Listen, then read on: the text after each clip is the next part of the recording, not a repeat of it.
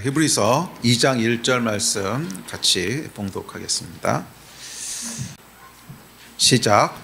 그러므로 우리는 들은 것에 더욱 유념함으로 우리가 흘러 떠내려가지 않도록 함이 마땅하니라. 아멘. 2장 1절에 트랩에 걸려서 지금 앞으로 못 나가고 있습니다. 이거 얼마나 더 해야 될지 모르겠는데, 사실은 2장 1절이 히브리서에서 가장 중요한 구절이기는 합니다. 왜냐하면 히브리서가 쓰여진 목적이거든요. 그래서 저는 사실 히브리서 하면은 가장 먼저 떠오르는 단어가 흘러 떠내려가지거든요. 항상 그랬어요. 항상. 그래서 히브리서 그럼 제일 먼저 떠오르는 게, 물론 뭐 대제사장도 있고 믿음도 있고 있지만 흘러 떠내려가지라고 하는 단어가 항상 히브리서랑 저 안에 좀 붙어 다녔습니다. 그 무슨 얘기냐면 히브리서는 그 쓰여진 목적 자체가 흘러 떠내려가지 말라고 하는 경고라는 거예요. 그 시대에 많은 핍박들, 많은 유혹들, 또 많은 시대적인 사조들이 있는데 흘러 떠내려가지 말라고 하는 것이 히브리서의 주제고, 오늘날 또 성경이 우리에게 던지고 있는 권면이기도 합니다. 이 시대에도 히브리서가 쓰여졌던 시대와 마찬가지로 시대적인 흐름들이 있습니다. 거센 물결들이 있고 시대의 사조들이 있습니다. 우리가 지난 3번에 걸쳐서 살펴봤나요? 두 번인가 3번인가 걸쳐 살펴봤는데 앞으로도 여러 번도 봐야 될 것 같아요. 근데 그런 이제 사조들이 있는 거죠. 이 시대를 휩쓸고 지나가는 그런 철학들, 사상들, 가치 이런 것들이 있습니다. 성경은 그것을 사람의 미혹이라고 말했습니다. 그러니까 이거 세계관이라고 할 수 있는데, 세계관은 뭐냐면 결국 사람들이 만들어낸 생각이 세계관이라는 거예요. 사람의 미혹, 사람들이 만들어낸 사상, 문화, 법, 철학, 그런 질서, 이런 총체를 세계관이라고 합니다. 그런데 이 세계관에 대해서 성경은 뭐라 그러냐면 미혹이라고 얘기합니다. 그러니까 미혹인 것은 사람이 하나님을 떠나고 나서 스스로 선과 악을 결정하면서 만들어낸 생각과 사상과 질서와 문화와 법, 행동 이런 거에 총체이기 때문에 그것은 진리하고는 괴리되어 있는 거라는 거죠. 그래서 미혹이라고 얘기합니다. 또 무법자들의 미혹이라고 표현한 것은 하나님의 절대적인 법을 떠나서 만들어진 흐름들, 생각들, 사상, 철학, 종교, 윤리, 그래서 이 무법한 하나님의 법을 떠난 그런 미혹이라고 얘기합니다. 자, 그래서 우리가 지난 2번에 걸쳐서 이 시대적인 사조들을 살펴봤고요. 아마 한 2-3번은 더 봐야 될 것 같긴 한데, 자, 그와 더불어 또 이 히브리서는 뭐라 그러냐면 들은 것에 더욱 유념하라고 얘기합니다. 그러니까 아닌 것이 뭔지를 아는 것도 중요하지만 긴가가 뭔지를 아는 것도 그만큼 중요하죠.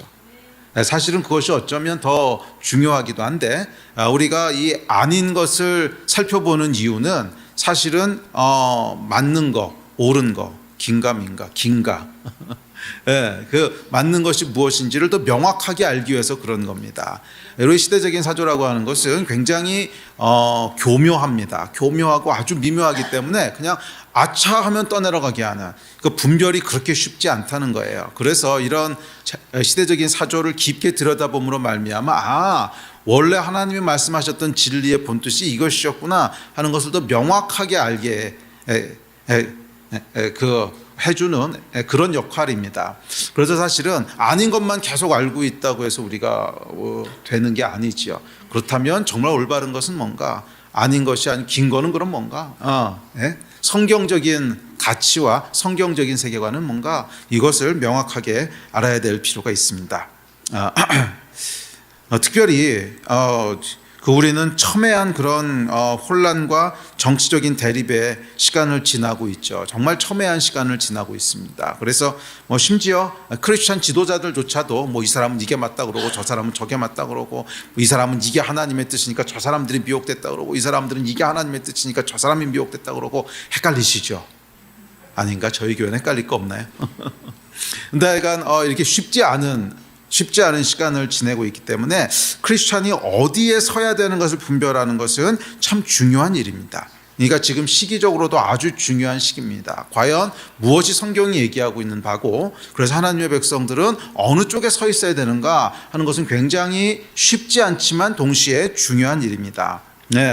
그래서 사실 저희가 이 시대의 흐름들을 살펴보는 것과 동시에 또한 성경이 얘기하고 있는 진리는 무엇인가, 우리가 붙잡아야 될 것들은 무엇인가, 유념해야 될 것들은 무엇인가를 살펴보면서 저희가 이 시대에 정말 넘어지지 않고 또 실패하지 않고 정말 하나님과 함께 걸어가는 그런 성숙하고 또 신실한 크리스찬들이 되기를 주의 이름으로 축복합니다.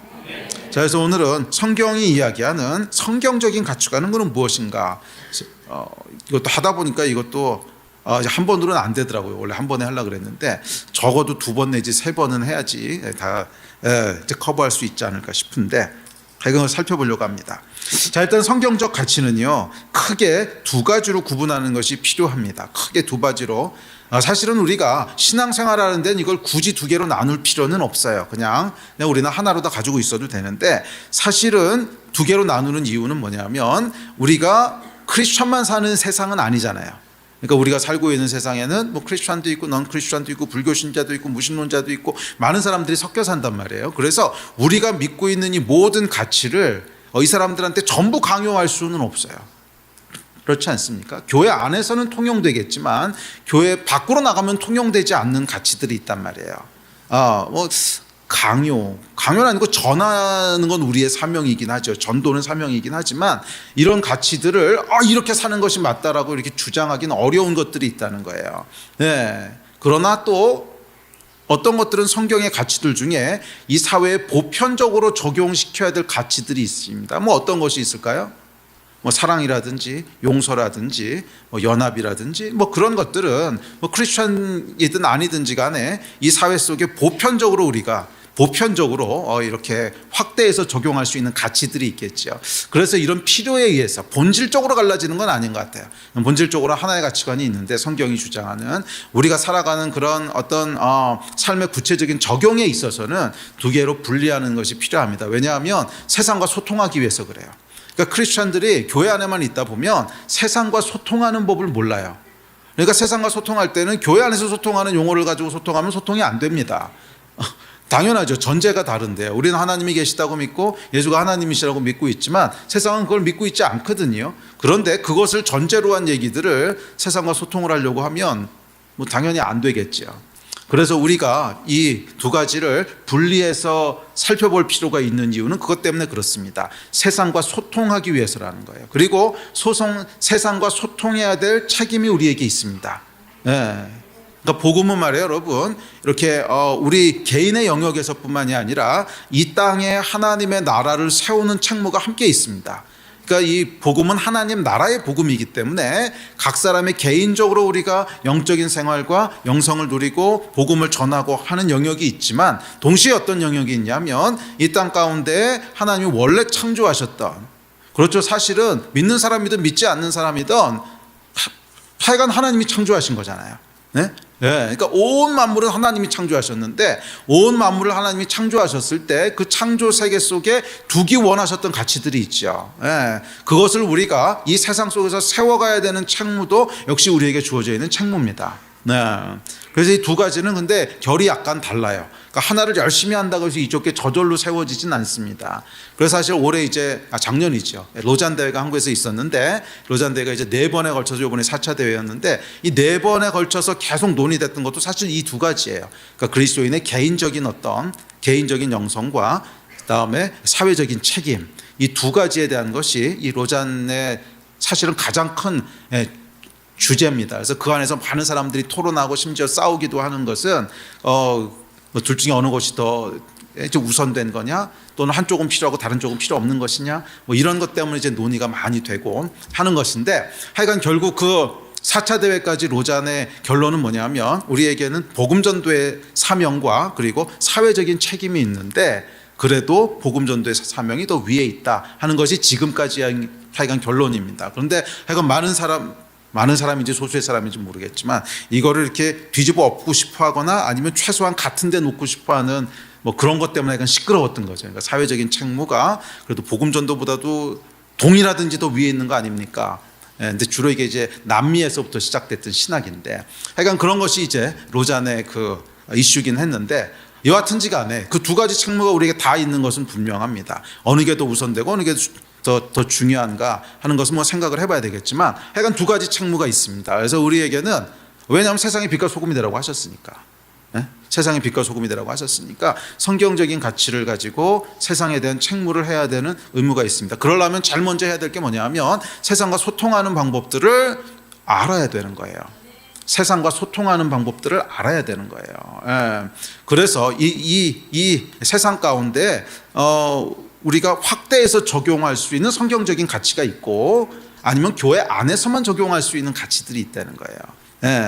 그것을 먼저 좀 구분하는 것이 필요합니다.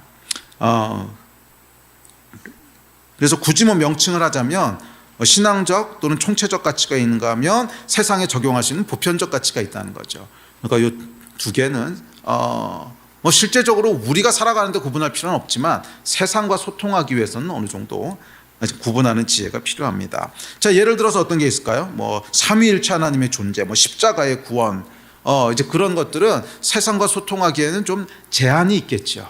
왜냐하면 그 사람들은 이제 무신론자들은 하나님 존재하지 않는다고 믿을 거고 또 불교는 전혀 다른 사상을 갖고 있을 텐데 이것을 가지고 우리가 이 사회의 기초에 이런 가치들이 깔려야 됩니다. 이러려면 우리 이제 신정국가에 살아야 되는 거죠. 그럼 저기 이제 로만 카톨릭에 가가지고서 거기서 살아야지 대한민국에 살 수는 없는 거죠. 그러니까 대한민국은 기독교 국가는 아니잖아요. 그러니까 신정국가가 아니기 때문에 어쩔 수 없는 한계들이 있습니다. 어쩔 수 없는 한계들이 있어요. 자, 이런 것들은 이제 신앙적인 가치라고 얘기할 수 있다면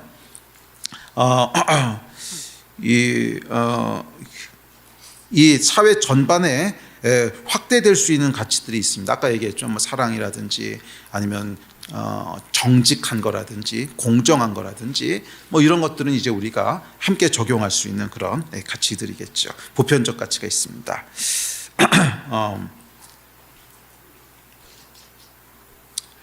그러니까 예를 들어서 하나님이 계시다 또는 하나님이 창조하셨다, 예수가 하나님이시다. 이 창조론에 대한 거는 조금 다른 것 같아요. 이건 좀 애매한데,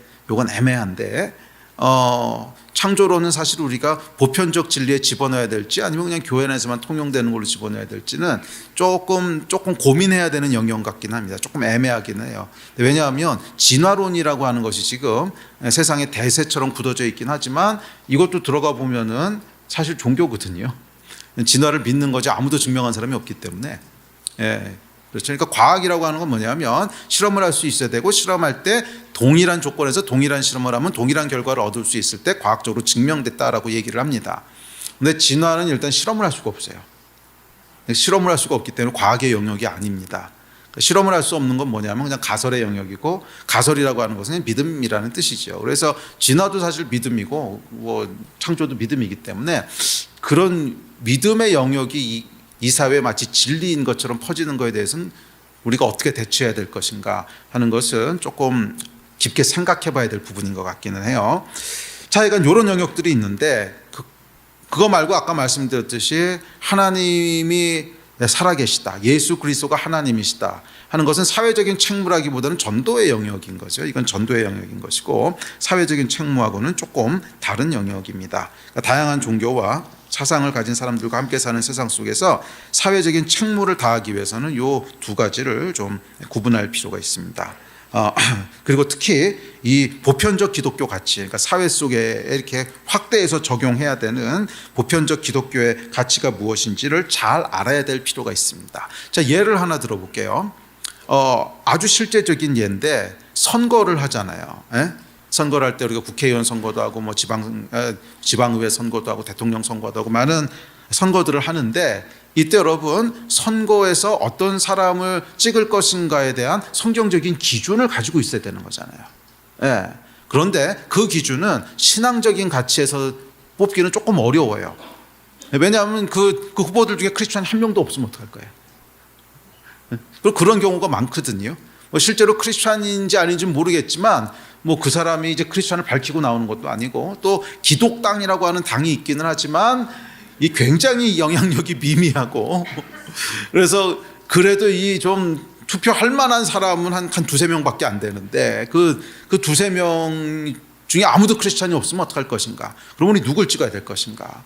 또는 조금 더 애매한 상황은 이제 한 사람은 크리스찬이라고 그러고 한 사람은 크리스찬이라고 그러지 않는데 이 크리스찬이라고 그러는 사람은 무늬만 크리스찬이지 말하고 행동하고 이 사람이 과거에 해왔던 걸 보면 이 사람은 진짜로 이상한 가치가 전혀 성경적이지 않아. 그런 사람이 있고 반대편 사람은 크리스찬이라고 하는 걸 밝히진 않는데 하는 말이나 그 사람이 해왔던 삶의 궤적들을 보면 굉장히 성경적인 가치를 많이 가지고 있어. 그럼 누구 찍어야 되는 거예요? 자, 그러니까 이런 이제 우리들의 기준이 있어야 되는 거죠. 예. 그래서 제가 이번에 여러 가지 복잡한 사건들이 일어나는 걸 보면서 뭐 교회에서 어느 당을 찍으십시오 뭐 이러는 거 이제 선거법 위반입니다. 선거법 위반인데 그게 아니라 어떤 기준을 가지고 우리가 선거에 임해야 되는지는 굉장히 중요하고 교회에서 꼭 가르쳐야 될 거라는 그런 생각이 들기 시작했습니다. 그렇죠. 어떤 기준을 가지고 찍어야 되느냐, 어떤 기준을 가지고 우리 투표해야 되느냐. 그것은 뭐 대한민국은 어쩔 수 없이 정당 정치라고 하는 구조를 가지고 있기 때문에 하여간 정당이 뭐 한 큰 거 2개 아니면 많이 잡아도 3-4개밖에 안 되잖아요. 예. 그러니까 우리는 그리고 그 정당들이 기독정당입니다 뭐 이러고 하지 않는 이상 100% 성경적 가치관을 그대로 갖고 있는 정당이라는 건 없다는 거죠. 그런 정당은 없고 이게 세속 정당이기 때문에 어쩔 수 없이 그 가운데 성경적 가치를 가지고 분별을 해내야 되는 거죠. 그래도 어떤 정당의 어떤 그런 정책들이 그나마 이 사회 속에 성경적 가치를 더 세워나갈까 아니면 더 파괴해 나갈까 뭐 이런 것들을 가지고 분별을 해야 될 겁니다. 자, 그래서 그런 이제 기준들을 잡기 위해서라도 보편적 성경 가치가 무엇인가 하는 것을 살펴볼 필요가 있습니다.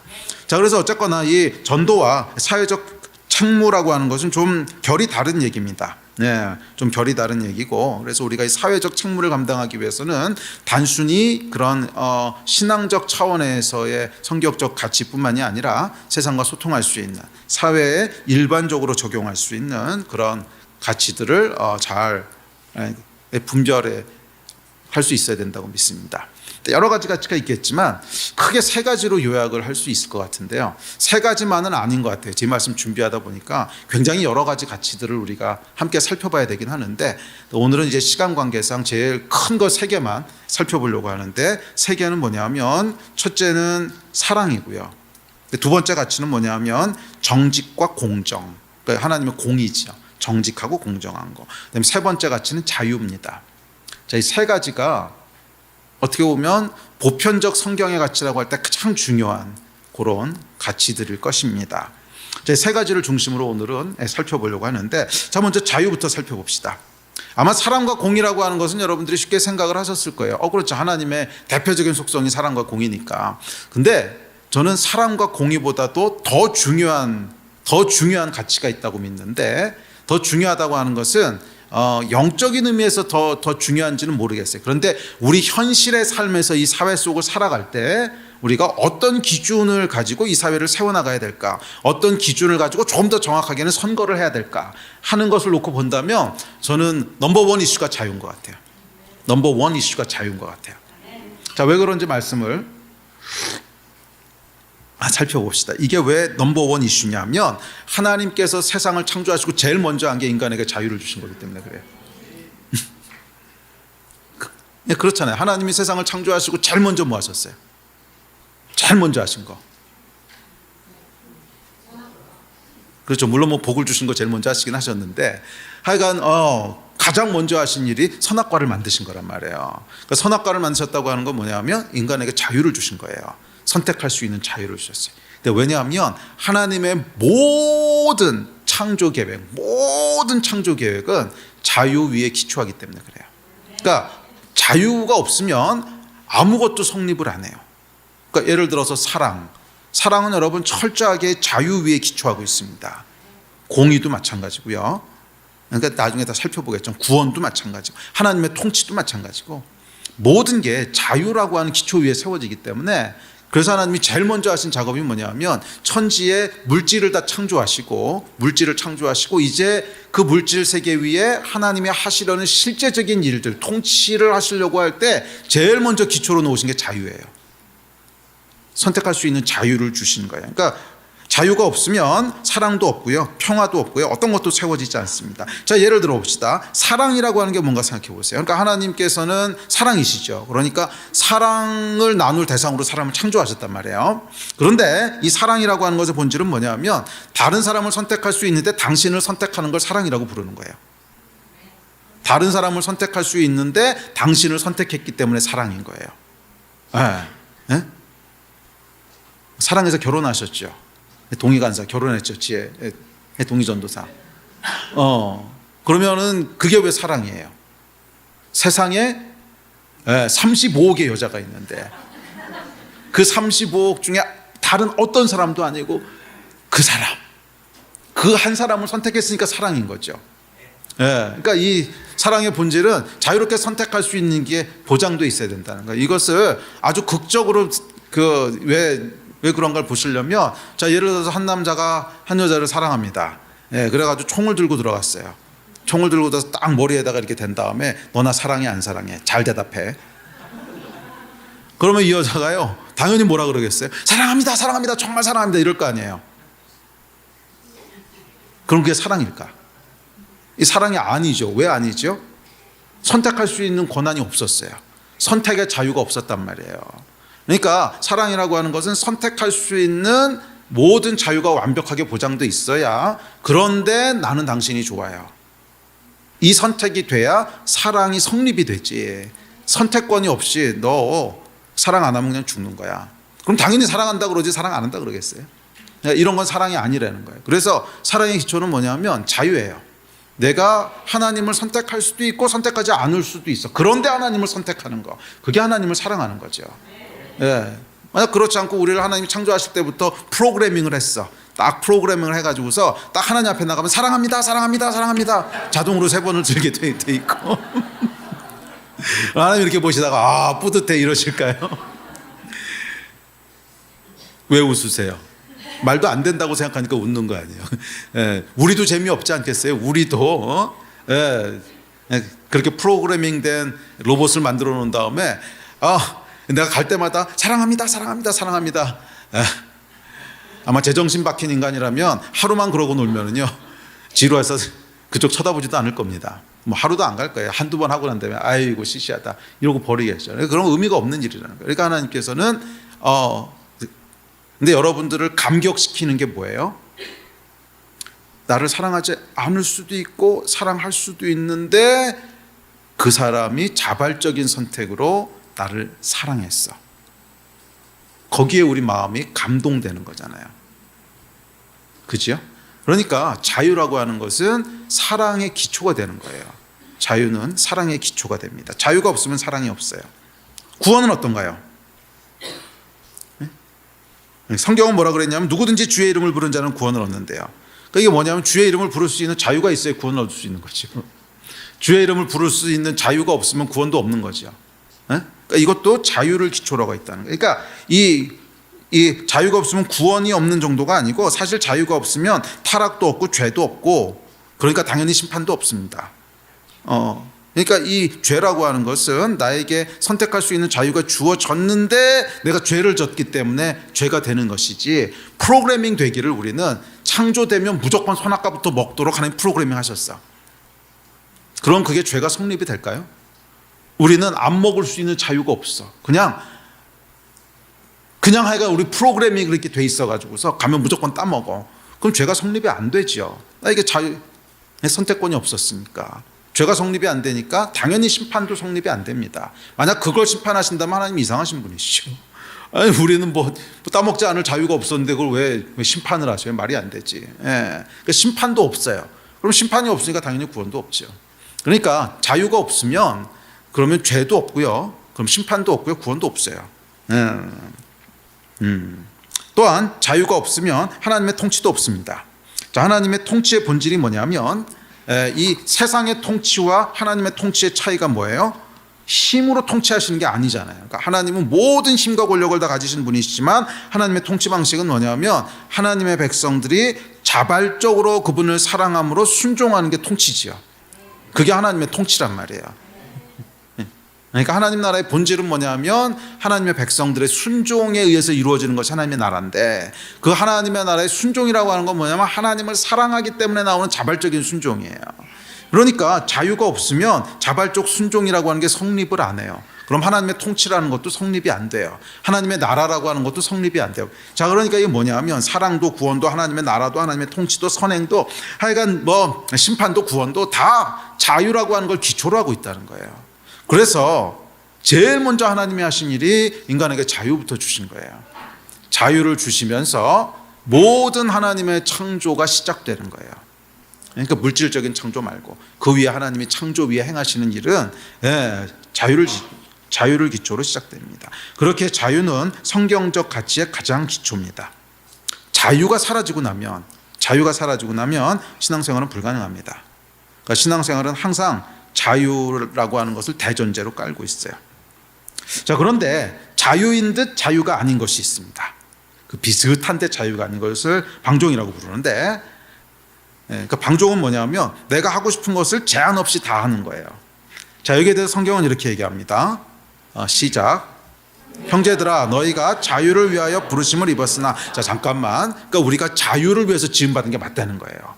자유가 대전제예요. 그러나, 자, 시작. 그러나 그 자유로 육체의 기회를 삼지 말고 오직 사랑으로 서로 종노릇하라. 자, 이게 이제 자유에 대한 언급인데, 자유는요 여러분 반드시 자유 위에 컨트롤러가 붙어 있어야 된다는 거예요. 그러니까 무제한적인 자유라는 건 없어요. 그건 성경적인 게 아니에요. 아무 제한 없는 자유라고 하는 건 성경적인 자유가 아니에요. 그것은 육체의 자유예요. 육체의 기회를 갖는 자유는요, 성경적 자유 가치는 뭐냐면 자유가 이렇게 있는데 그 자유 위에 컨트롤러가 하나 붙어 있어야 돼요. 자유를 컨트롤하는 컨트롤러가 붙어 있는데 이 컨트롤러가 뭐냐 하면 사랑이라는 거예요. 사랑으로 서로 종노릇하라. 그러니까 자유는 반드시 사랑이라고 하는 컨트롤러가 있었을 때만 성경적인 가치가 되는 거예요. 그래야만 성경적인 가치가 되는 겁니다. 그래서 이 밸런스가 굉장히 중요합니다. 사랑의 통제를 받지 않는 자유는 육체의 기회가 돼요. 자유에는 반드시 사랑이라는 컨트롤러가 붙어 있어야 돼요. 자, 그런데 이 뒤틀린 자유의 예가 어제 살펴봤던 프로이드의 주장 같은 거죠. 그냥 네가 하고 싶은 거 다 해. 네 감정에 충실해. 너 자신을 사랑해. 욕구야 미안해. 이런 거 있잖아요.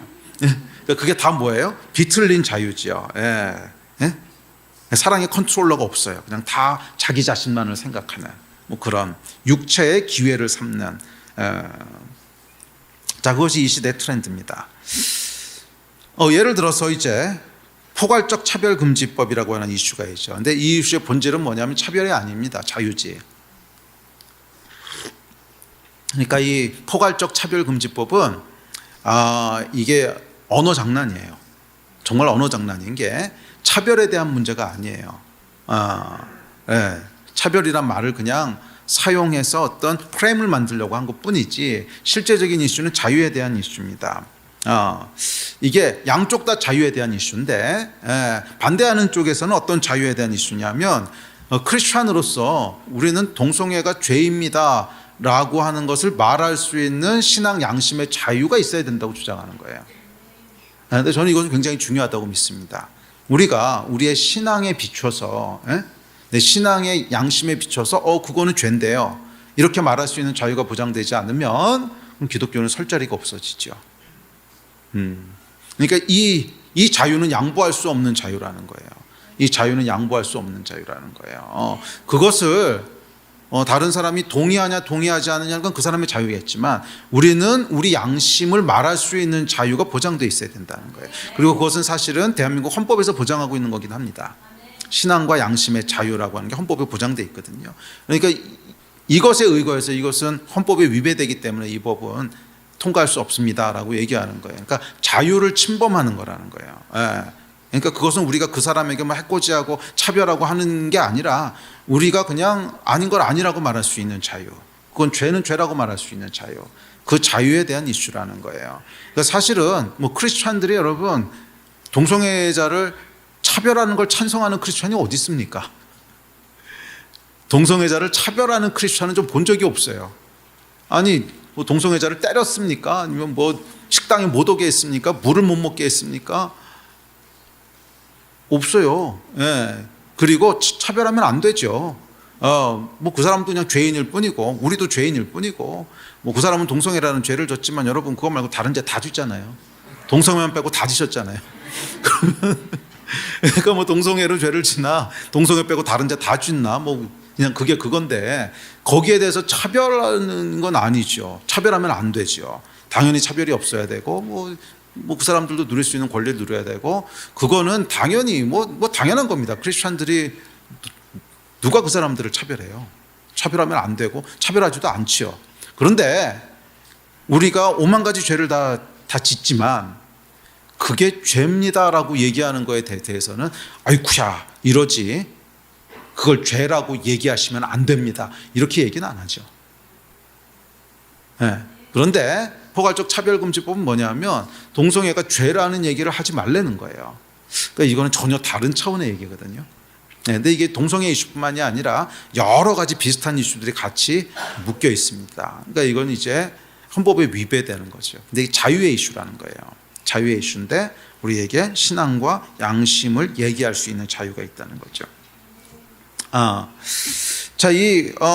근데 이 반대쪽에서도 이제 비슷한 이슈를 들고 나옵니다. 예. 그러니까 포괄적 차별금지법을 찬성하는 쪽에서도 역시 자유를 얘기하는데 그건 뭐냐면 나는 내가 듣기 싫은 소리를 안 들을 자유가 있다는 거예요.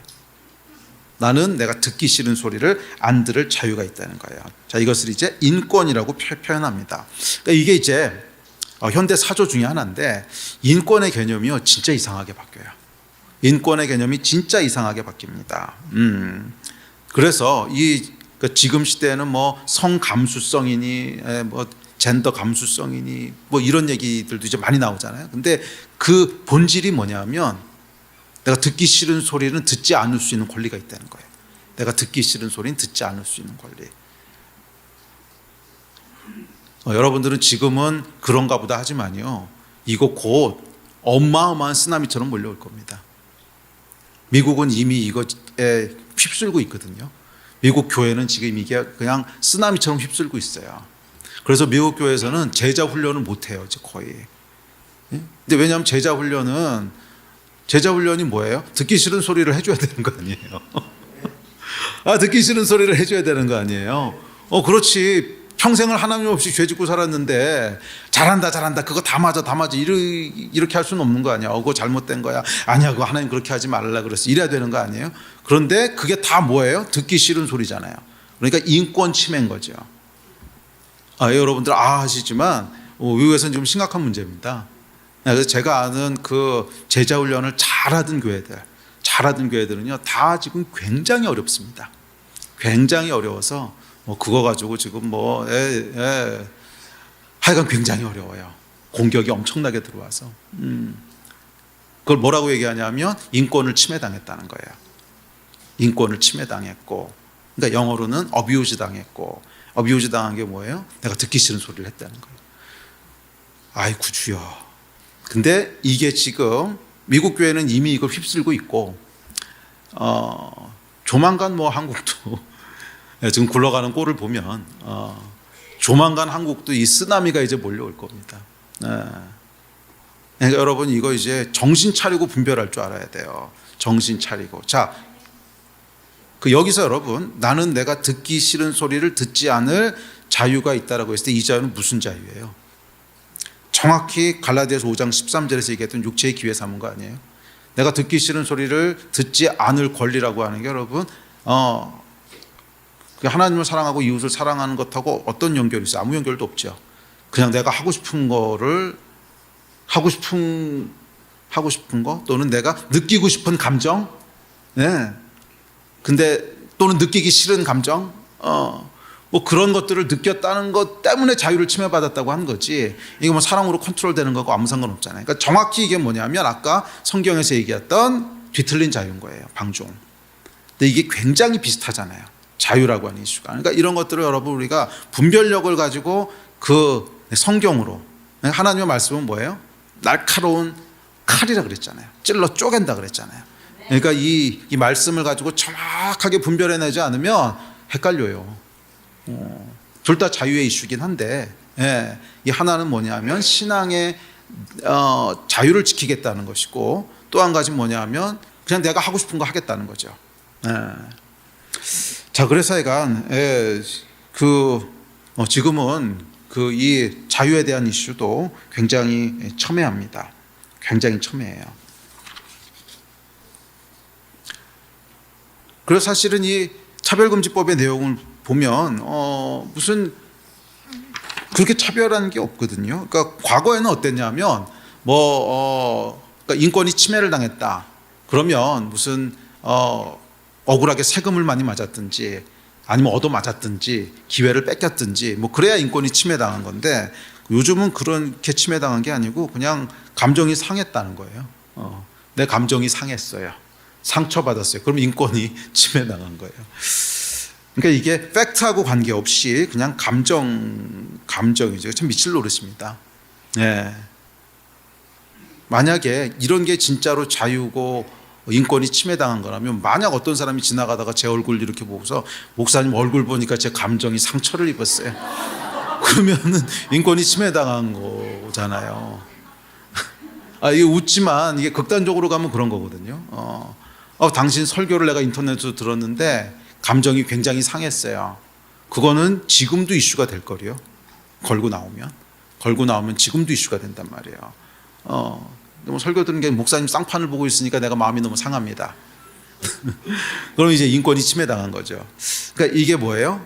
우리 그러니까 프로이드와 그리고 우리 어저께 살펴봤던 포스트 모더니즘과 프로이드의 그 흐름이 만들어낸 이상하게 뒤틀린 세상인 거죠. 이상하게 뒤틀린. 자,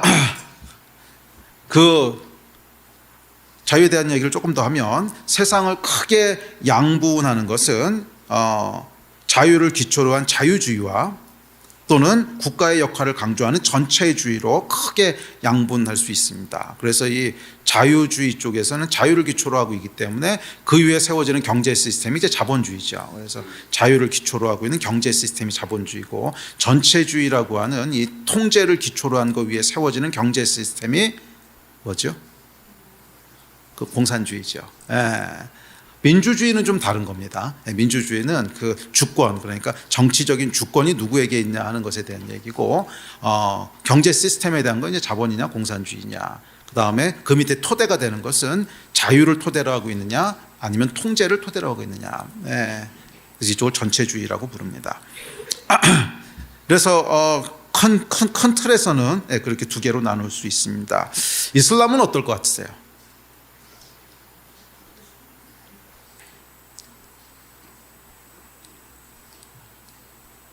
사실 이슬람은 깊게 들여다보면 종교적 전체주의죠. 종교적 전체주의라서 근데 왜냐하면 이슬람의 샤리아법을 가지고 국가를 통치하거든요. 샤리아법을 가지고 국가를 통치하기 때문에 그걸로 이제 통제가 들어가는 거죠. 그래서 이것도 전체주의의 한 종류라고 할 수 있는데, 그런데 흥미로운 것은 뭐냐면 기독교는 말이에요, 예외 없이 항상 자유주의 위에서만 부흥했지 전체주의 위에서는 한 번도 부흥한 적이 없어요. 역사에 한 번도 예가 없어요.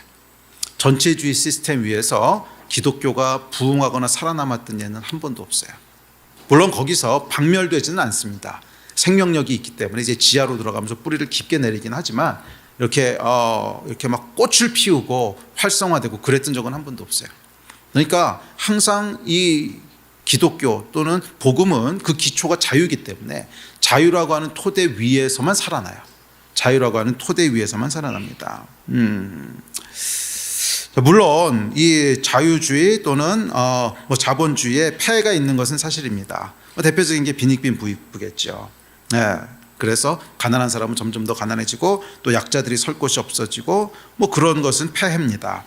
타락한 인간의 탐욕은 끝이 없고 잔인하기 때문에 그래요. 그럼에도 불구하고 저는 통제사회보다는 자유사회가 성경적이라고 믿습니다. 이유가 있어요. 왜 그러냐면 이 자유주의가 잠재적인 위험성을 갖고 있는 건 맞거든요. 그렇잖아요. 사람이 타락했기 때문에 그냥 이 자유를 보장해 주면은요, 그럼 그냥 부자들은 그냥 한없이 부자가 되려고 할 거고, 가난한 사람들은 한없이 힘들어질 거고, 그러니까 국가가 통제해야 되는 게 이제 필요한, 이게 필요해요, 사실은. 그럼에도 불구하고 저는 자유주의가 더 성경에 가깝다고 하는 이유는 뭐냐면, 이유가 있어요. 반박할 수 없는 이유가 있어요. 이유는 뭐냐면 이거예요. 사람이 말이에요, 선악과를 따먹고 죄를 지을 수 있는 잠재적인 위험성을 알면서도 하나님이 자유를 침해하지 않으셨다는 거예요. 그러니까 하나님이 하지 않은 일을 우리가 할 수는 없는 거죠. 이해가 되세요? 예. 그러니까 하나님께서는 자유를 줬을 때 인간이 타락하지 않을 거라고 하는 걸 완전히 아시고 그렇게 하신 게 아니라는 거예요. 타락할 수 있는 잠재적인 위험이 있었어요. 그래도 하나님은 자유를 선택하셨단 말이에요. 예. 그러니까 크리스천들이 이제 헷갈리는 부분이 이 부분이에요. 이게 자본주의 사회 속에 살다 보면 자본주의의 폐해를 봅니다. 야, 이거 이대로 가서 괜찮을까? 이런 거대 자본들이 막 이렇게 하는 짓들을 보면, 야, 이건 진짜 양아치구나. 이런 사회를 그대로 두고 보는 것이 정의로운 것인가? 이런 이제 회의들이 들어요. 그것은 뭐 회의가 들 수 있습니다. 그래서 이제 반대로 통제 사회에 대한 것들을 자꾸 하나님의 공의인 것처럼 끌어안고 싶어요. 그래도 저는 그렇게 가면 안 된다고 생각을 해요. 안 되는 이유는 하나님이 그렇게 안 하셨다는 거예요. 여기에 반론될 수 있는 사람 와서 반론돼봐요. 어느 게 더 효과적인지 그건 사람은 잘 모르겠어. 어느 게 더 정의로운 사회를 만들지 그것도 모르겠어. 하지만 하나 분명한 것은 하나님이 그렇게 안 하셨다는 거예요. 그럼 그게 성경적인 거죠. 하나님이 그렇게 안 하셨다는 거예요. 그러니까 자유의 폐해가 있을 거 아셨어요. 자유 때문에 죄가 들어올 것도 아셨고 그 죄 때문에 인간 세상이 어마어마하게 망가질 것도 아셨어요. 그래도 하나님은 자유를 침해하지 않으셨어요.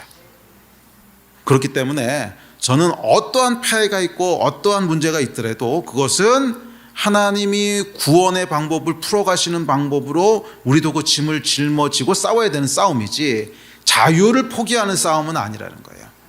그거는 성경적인 대안이 될 수가 없다는 거예요. 아멘이십니까? 예. 제가 이제 특별히 청년들하고 얘기하다 보면 뭐 그런 얘기들 하는 분이 많아요. 사회 정의에 대한 것이라든지 소외된 자들, 약자에 대한 것들, 자본주의의 폐해, 뭐 그런 거 얘기하는 크리스천 청년들이 많이 있어요. 뭐 저는 200% 1000% 동의합니다. 동의하지만 그렇다고 자유를 포기하는 것은 성경적인 선택은 아니에요. 아멘? 그것은 자유 위에서 하나님이 어떻게 행하셨는지를 보고 우리도 따라가야 되는 거죠. 자유 위에서 예수 그리스도가 어떻게 행하셨는지를 보고 따라가야 되는 것이지 자유를 통제로 바꾼다. 아니, 하나님도 안 한 일을 우리가 하겠다고. 하나님도 안 하신 일을 우리가 하겠다고. 그리고 그게 성경적이라고. 어불성설이죠. 아니, 하나님이 안 하신 일을 하면서 어떻게 성경적이라 그래요. 그건 절대 성경적이 될 수가 없습니다. 절대 성경적이 될 수가 없어요. 하나님이 안 하셨기 때문에. 이 부분을 명확히 하십시오. 아무리 뭐 자본주의가 자본주의가 성경적인 제도라는 건 아니에요. 근데 자본주의 피해가 있고 뭐가 있고 이 자유 때문에 나오는 수많은 문제들이 있어도 그래도 자유는 양보하면 안 된다는 거예요. 왜냐하면 자유가 침해되는 순간 모든 게 다 끝나기 때문에 그래요. 자유가 침해되는 순간 결국 모든 일은 다 끝나버리는 거예요. 그래서 이 자유는 포기하면 안 돼요. 이 망가진 자유를 어떻게 우리가 구속하고 회복할 건가, 십자가를 지고 우리가 그 위에서 싸움을 싸워야 되는 것이지 자유 자체를 바꾸자고 하는 것은 굉장히 잘못된 선택입니다. 아멘. 그래서 이건 자유에 대한 것들은 여러분들 확실히 하시기 바랍니다. 사실은 뭐 뒤에 나오는 공정이나 사랑 같은 것은 이미 여러분들이 잘 알고 계실 거예요. 그런데 자유에 대한 이슈가 제일 사람을 미혹해요. 자유에 대한 이슈가 제일 사람을 미혹해요. 아니 여러분, 자유는 어떤 경우에도 기초기 때문에 어떤 경우에도 양보하는 게 아니에요. 자유는 어떤 경우에도 양보하는 게 아니에요. 자유가 통제로 넘어가게 되면 그러면 그 통제는 누가 할 건데? 오케이, 자유가 통제로 넘어간다고 합시다. 그럼 그 통제는 누가 할 건데? 결국 사람이 할 거 아니에요. 그럼 그 사람은 제대로 된 통제를 한다는 걸 어떻게 알아요? 그러니까 지금까지 인류 역사가 전해주고 있는 만고불변의 진리는 뭐냐면 통제했던 사람치고 좋았던 놈은 한 놈도 없었다는 거잖아요. 그렇지 않습니까? 통제했던 사람치고 그렇게 통제했던 사람이 어디 있어요? 전부 다 독재자로 끝났지. 그러니까 이게 타락한 인간이 통제할 능력이 없다는 거예요. 예. 그래서 이스라엘이 왕을 달라 그랬을 때 하나님 망설이셨잖아요. 그 좋은 방법 아닌데. 근데 사람들이 하도 달라 그러니까 허락하시긴 했지만 그거 별로 좋아하지 않으셨거든요. 그 통제가 제대로 될까? 타락한 인간이 그 통제를 할 수 있을까? 그걸 결국 못했잖아요. 결국 망가지고 말았잖아요. 그러니까 하나님께서는 통제를 약간 자유를 양보하지 않으세요. 그래서 저는 다른 가치들과 자유가 충돌해서 어쩔 수 없이 하나만 골라야 된다면 그런 상황이 안 왔으면 좋겠지만, 그럼 무조건 자유를 선택할 거예요. 자유와 다른 가치가 막 충돌했어. 그러니까 후보가 2명이 나왔는데 한 명은 자유고 이쪽 사람은 막 자유 빼놓고 온갖 좋은 말을 다 해. 그럼 누구 선택할 거예요? 여기는 자유를 얘기하고 이쪽은 자유 빼놓고 좋은 말 다 해. 그럼 누구 선택할 거냐고. 자유를 선택해야 되는 거예요. 여기서 뭐 아무리 좋은 말을 하고 뭐라고 해도 이거 하나님이 양보 안 하신 거란 말이에요. 그럼 우리도 양보하지 말아야지. 그게 성경적인 거죠. 하나님이 안 하신 거 우리가 하면서 이게 성경적인 겁니다 이런 말을 하면 그럼 네가 성경 써. 그런 거 아니겠습니까? 하나님이 안 하신 건 하지 말아야죠. 그래서 저는 개인적으로 이 사람은 자유를 주장하고 이 사람은 자유 빼놓고 다른 거 다 주장한다 그러면 자유 선택할 거예요. 왜? 그게 성경적이라고 믿으니까. 그게 있어야 그 다음에 뭘 할 수가 있어요. 자유가 없으면요 그게 그냥 데드 엔드야. 거기서 할 수 있는 게 끝나요. 아무것도 할 수가 없어요. 그러니까 아무런 영적인 일을 진행시킬 수가 없다는 거예요. 그래서 이건 선택하면 안 되는 거예요. 자유를 선택해야 그 안에서 문제도 생기고 뭐도 있고 그렇겠지만 그것을 바꿔나가고 개선해 나가고 영적인 일을 할 수 있는 그런 룸들이 생기고요. 자유가 제거되고 나면 그걸로 그냥 끝이에요. 거기서부터 할 수 있는 게 아무것도 안 남아요. 그래서 이거 선택하는 거 아닙니다. 아멘? 이 다음에 선거 전에 다시 한번 얘기해야지. 좀 정신 차리고 선거하세요. 자, 명확해지셨어요? 오케이. 자, 두 번째 가치는 이제 사랑입니다. 자, 사람들이 자유를 제한하려고 하는 가장 큰 이슈는 뭐냐면 평등에 대한 집착 때문에 그렇습니다. 그렇죠. 평등에 대한 집착 때문에 그런 거죠. 자유를 풀어놨더니 이게 개판이더라는 거예요. 네? 가진 자들은 더 가지려고 하고 억압하고 착취하고 부패하고 그러다 보니까 모든 사람이 평등할 수 있는 길은 없는가 하는 걸 찾기 시작한 거죠. 근데 이 시대만 그런 게 아니고 프랑스 대혁명 때부터 그랬잖아요. 프랑스 대혁명의 두 가지 가치가 뭐예요? 자유냐 평등이냐 가지고 꽝 붙어가지고 싸우다가 다 죽고 끝나는 게 이제 프랑스 대혁명 아닙니까? 너무 심플리파이 했나? 자, 그런데 엄밀한 의미에서 획일화된 평등은요 성경의 주장과는 결이 좀 다릅니다. 그러니까 이것도 아주 교묘한 거예요.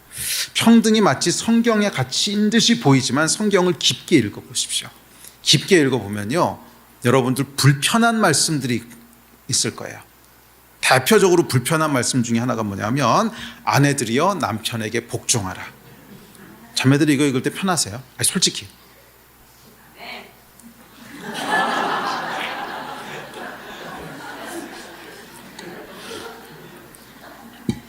저나 나나 똑같은 사람인데 이게 사실 불편하죠. 왜 불편한 줄 아세요? 우리는 왜곡된 사조 속에 살고 있는 거예요. 왜곡된 사조 속에 남자나 여자나 똑같이 평등한 것이 정의다라고 하는 사조 속에 살고 있기 때문에 그렇지 않아 보이는 성경 말씀을 볼 때 불편하게 느껴지는 거예요. 그지요? 그런데 성경에서는요 이상하게 얘기한단 말이에요. 아내들이여 남편에게 복종하라. 오이씨 이거 뭐야? 그럼 남자하고 여자를 불평등하게 만드셨다는 거 아니야?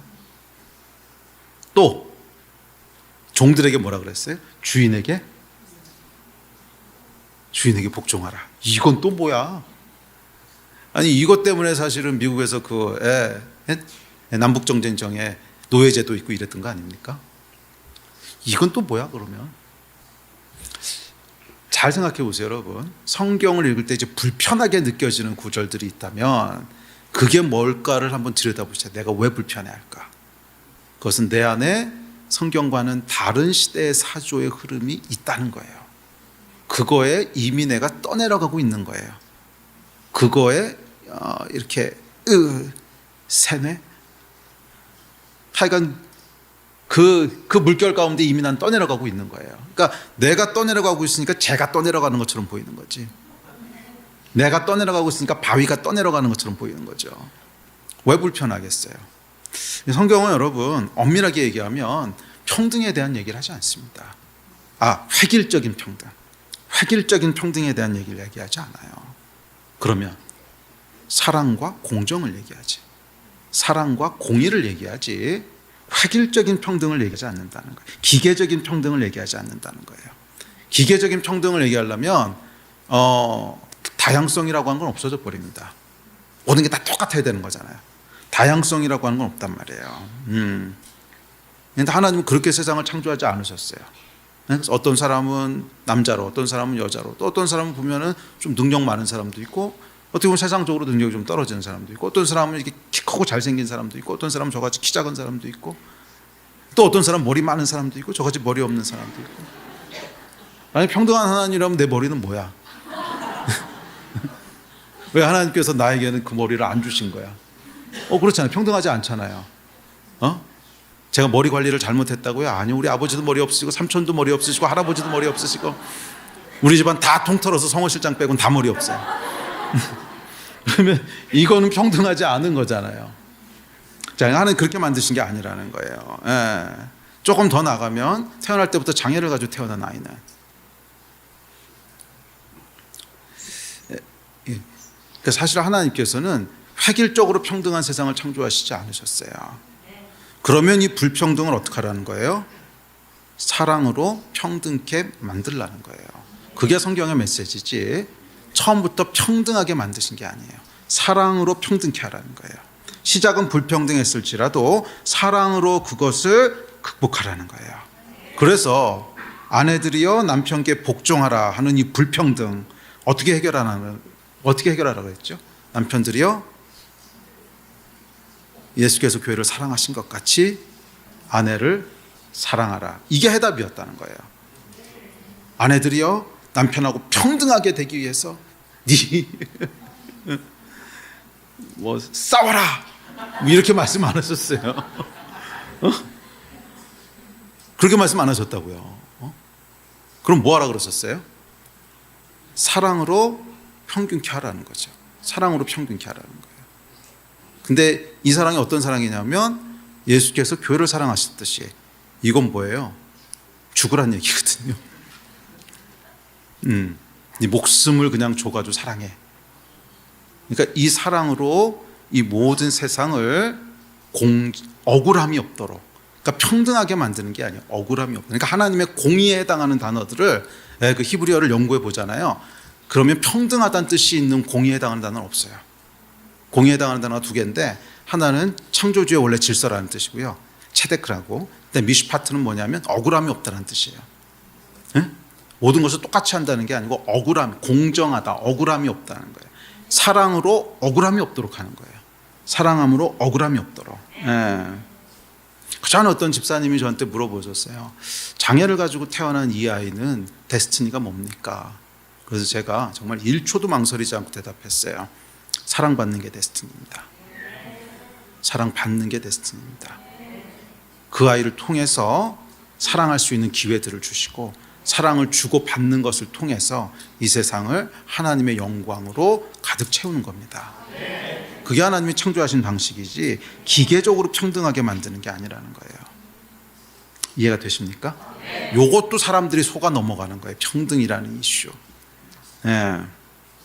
이 사랑에도 역시 컨트롤러가 필요합니다. 아무거나 사랑한다고 사랑은 아닙니다. 예전에 어떤 분이요, 제가 정말 받았던 질문이에요. 제가 지금까지 받았던 모든 질문 중에 가장 당황스러웠던 질문인데 그 질문이 뭐냐면 마귀가 불쌍해요 라는 질문이었어요. 마귀도 불쌍한데 사랑해야 되지 않을까요? 정말 받았던 질문이에요. 마귀가 불쌍해요. 사랑이 너무 많으신 분이셔가지고서 마귀도 사랑해야 되지 않을까요? 그래서 이 사랑에도 여러분 컨트롤러가 있는데 그 컨트롤러가 뭐냐면 의입니다. 의. 그러니까 사랑은 거룩함과 함께 가야 돼요. 에? 아무나 사랑하는 게 아니라는 거예요. 아무나 사랑하는 게 아니라는 거예요. 사랑은 항상 의에 기초해야 돼요.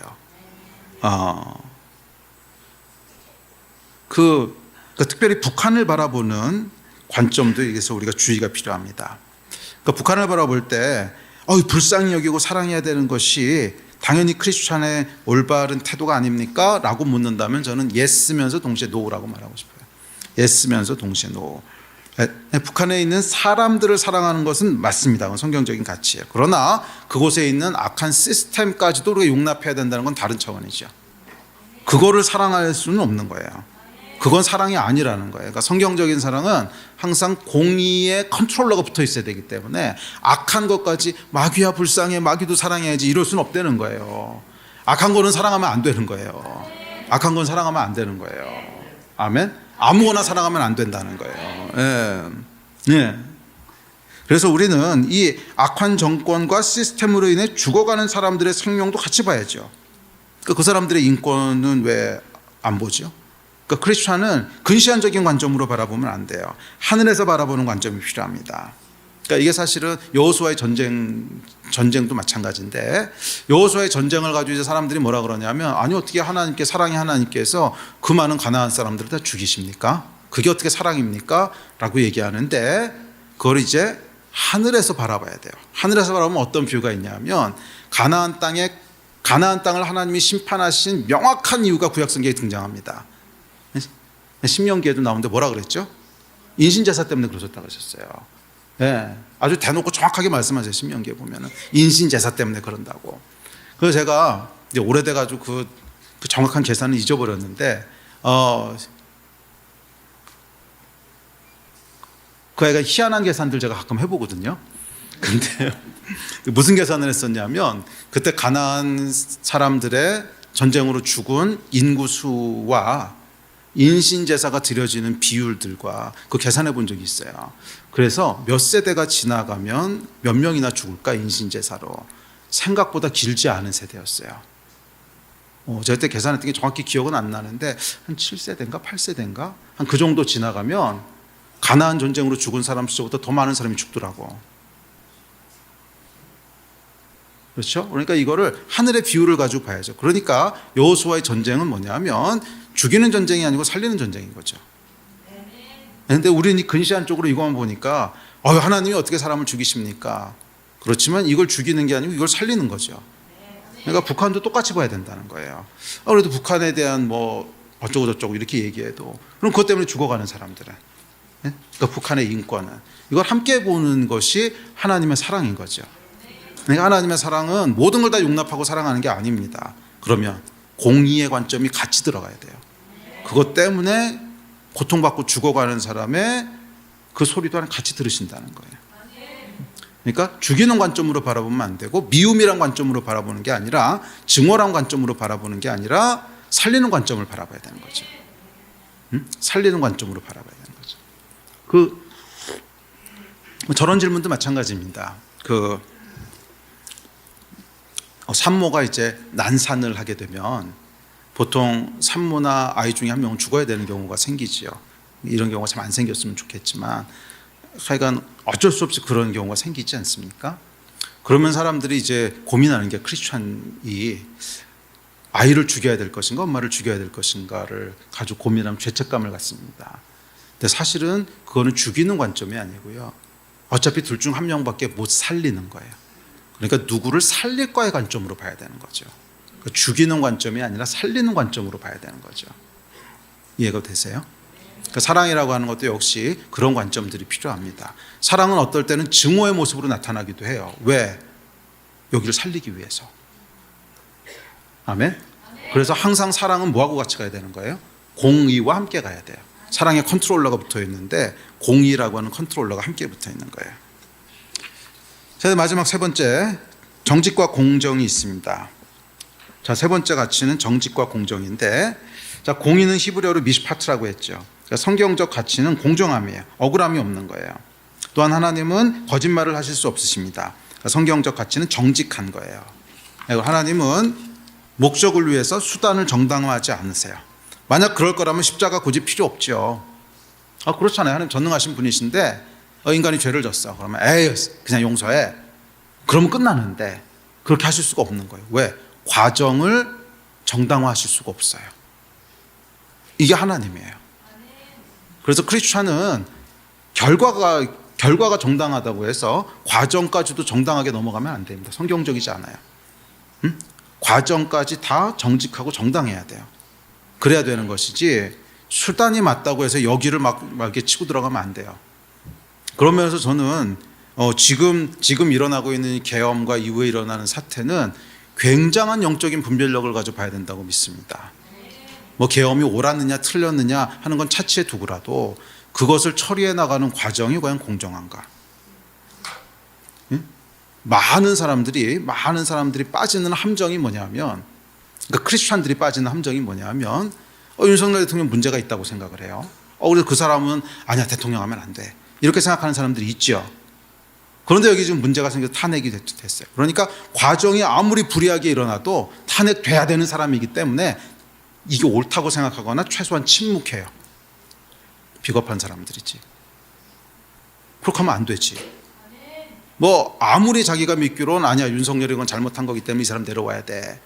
그게 설령 맞는다고 하더라도 과정이 잘못된 걸 정당화하면 안 되죠.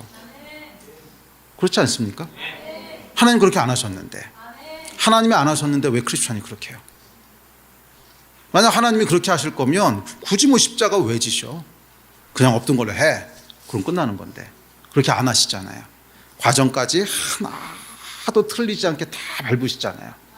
그렇다면 지금 진행되는 일들도 과정이 불이하면 크리스찬은 거기에 대해서는 얘기해야 돼요.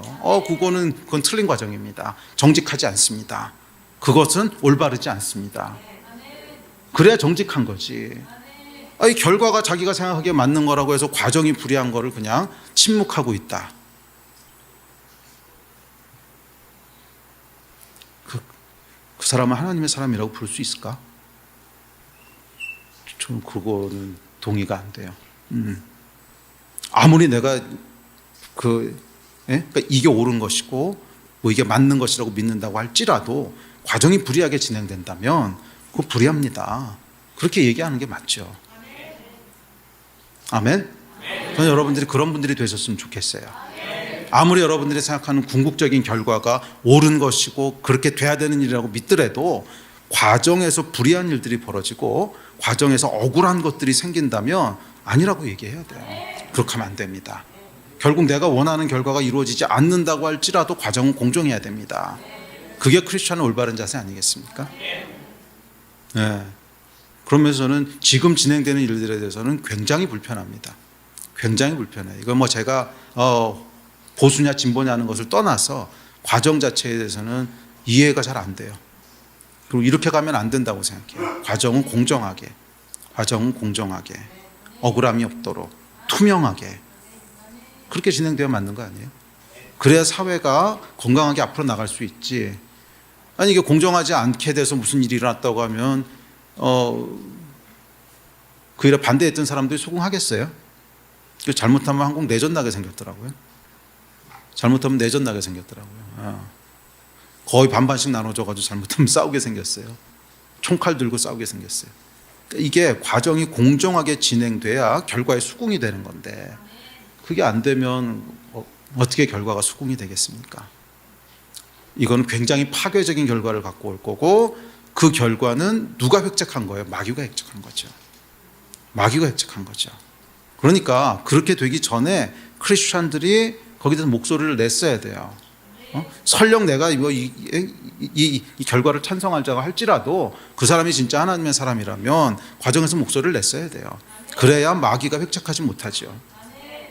그리고 이게 진짜로 옳은 일이라면 하나님이 그렇게 끌고 가시겠지. 안 그래요? 결국 하나님이 하시겠지 안 하시겠습니까? 그러면 그 믿음을 가지고 과정에서 내가 좀 불리해질 것 같아도 크리스찬의 양심으로 그렇게 하면 안 됩니다. 그렇게 해야 그 사회가 앞으로 나갈 수 있지.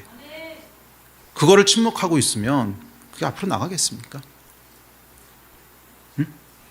그러니까 지금 일어나고 있는 일들은 하여간 과정에 대한 공정은 없어요. 그냥 목적이 맞으면 그게 맞는 거로 생각을 해요. 목적이 맞으면 그게 맞다고 생각을 해요. 아니, 여러분, 크리스천은 그런 가치를 가지고 살아가면 안 됩니다. 아멘. 네.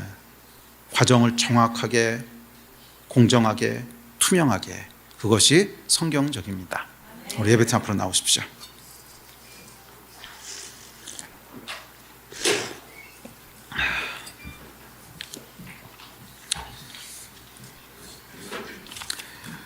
이 시대는 여러분 진짜 미혹의 시대입니다. 진짜 미혹의 시대예요. 네. 너무 그럴듯한 것들이 많아서요. 어느 게 뭔지 구별하는 게 정말 어렵습니다. 어느 게 성경적인 것인지 구별하는 게 너무 어렵습니다. 그래서 이럴 때일수록 더 말씀의 사람이 되셔야 돼요. 더 말씀의 사람이 되시고 성령님의 조명하심을 신뢰해야 돼요. 제가 단언컨대 기도하지 않는 사람은요, 머리로 신앙생활하는 사람들은 다 휩쓸려 갈 겁니다. 영에 속한 문제이기 때문에 뭐 아무리 의지가 어떻고 우리가 아무리 똑똑해도 아니, 견딜 수 없어요. 정말 말씀과 성령의 사람이 되지 않으면, 말씀과 기도의 사람이 되지 않으면 다 휩쓸려 갈 거예요. 저는 여러분들이 2025년 한 해 동안 정말 진리를 걸어가는 사람들이 되셨으면 좋겠어요. 휩쓸려가는 사람들이 아니라 진리의 길을 걸어가는 사람들이 되셨으면 좋겠어요. 끝까지 가는 여러분 되셨으면 좋겠어요. 성령의 사람들이 되시기를 주의 이름으로 축복합니다. 일어나서 우리 기도합시다.